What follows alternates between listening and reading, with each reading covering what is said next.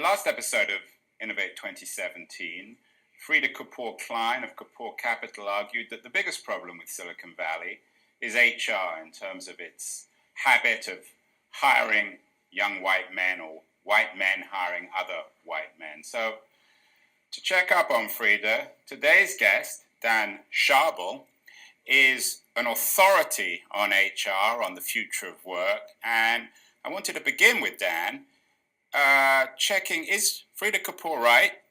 It's a systematic problem and systemic in our society. So actually, the latest report by McKinsey and the Lean In Foundation found that fewer than 20% of the C-suite are women in America. And actually, if you take it to that next level, when it comes to female minorities, it's only 3%. So it's a big problem, and this also happens in colleges. When you submit your college application, it says, did your mom or dad go to that school? So people just keep recruiting the same people for colleges and then also in companies. It's like when I went to school, the big four were hiring for my school, and they just kept hiring for my school because they were used to hiring for my school and they want to support other alumni. Dan, we're at the offices of Fitbit. I know you're here for a series of very interesting conversations. In the heart of San Francisco, in Soma, where all the innovation happens. Explain how it is then that in spite, or perhaps because of these problematic hiring practices, Silicon Valley is so innovative. If they hired more broadly, would there be more or less innovation? I think that's a great question. In fact, that in Silicon Valley-based companies, fewer than 5% of the workforce are African Americans. And a lot of this happens because, again, people just want to recruit people who are like them, who look like them, who talk like them, who have similar skills. But Silicon Valley is still very innovative because it's where people go in order to make change happen. It's where the money is that supports innovation. So Dan, are there examples of Silicon Valley companies that are doing this right, that are hiring more broadly?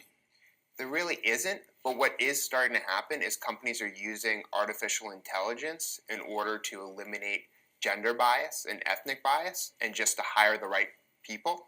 But it's still early on, and that isn't fully proven yet. But why is it so hard? I mean, Google and Facebook and all the others, they continually make noise about their commitment to hiring women and minorities. Why is it such a struggle? Most companies want to play lip service to hiring minorities, but if you really examine their workforce, things haven't changed in decades. Other industries, Dan, what models are there? Finance, media? Which industries are doing this right? Well, a lot of the industries like marketing and media are doing it right. Sometimes there's actually more women than men. In the workforce overall, there's about 3 to 6% more men than women, but that's changing as more men drop out of the workforce. So I think you'll see from a gender perspective big changes. We studied the financial industry and interviewed over 800 people along with Kronos. And what we found is there's not a lot of leadership development and support for women in the financial sector. So just like Silicon Valley, there needs to be more of a support system for them.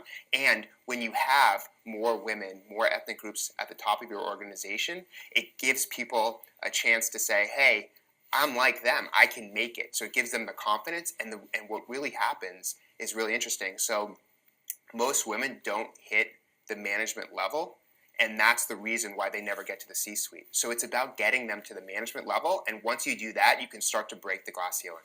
I mean, you mentioned media, but of course recently there's been this terrible scandal in Hollywood about the treatment of women. So even when women work, doesn't necessarily solve all the problems.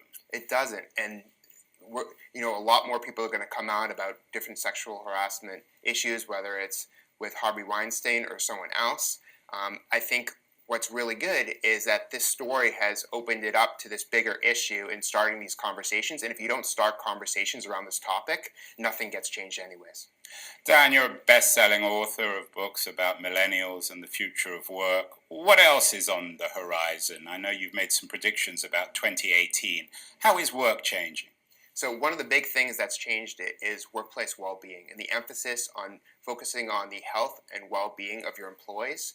And I recently talked to Sir Richard Branson here in San Francisco, and he mentioned that, yes, if your employees are healthier, if they use, let's say, Fitbit to track their steps, Fitbit, yeah. they're much more likely to perform better, and then that really will make the corporation profit more. The next thing is we have a huge employee burnout dilemma in the United States. So people are working more hours, but not for additional money. The average work week now is 47 hours a week. And so people are getting burned out, and it has a huge impact on a company's attrition, up to 50%. Another big trend is the aging workforce. So actually the older population in companies is growing and not really retiring because of we're still recovering from the 2008 recession. And so that's impacting a young leader's ability to rise up into more of a senior role. So about 40% of people my age are management roles or above. And they're going to be staying at that point until you have more boomers retiring. What about the role of technology in the workplace? I know that the recent issue of the Harvard Business Review had a cover story from, I think, the ex-Surgeon General of America, which suggested that technology now is having the same impact on workers as smoking.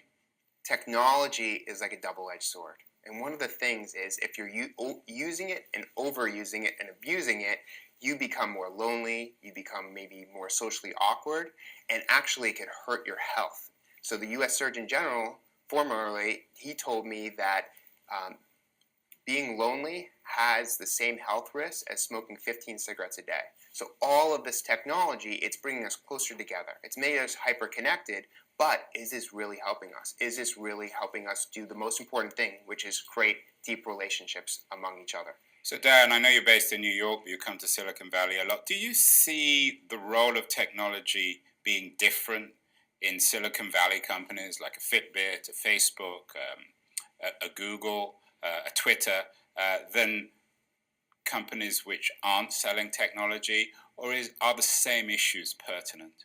I see a lot of the same issues across many companies, but what happens is when you have Google and Facebook leading the charge, other companies follow. They look at Google and Facebook and Twitter as the best practices, and so they adopt a lot of their patterns and programs, and that's why it's not just about Silicon Valley. A lot of these trends, a lot of these programs and behavior is being translated across all companies nationally.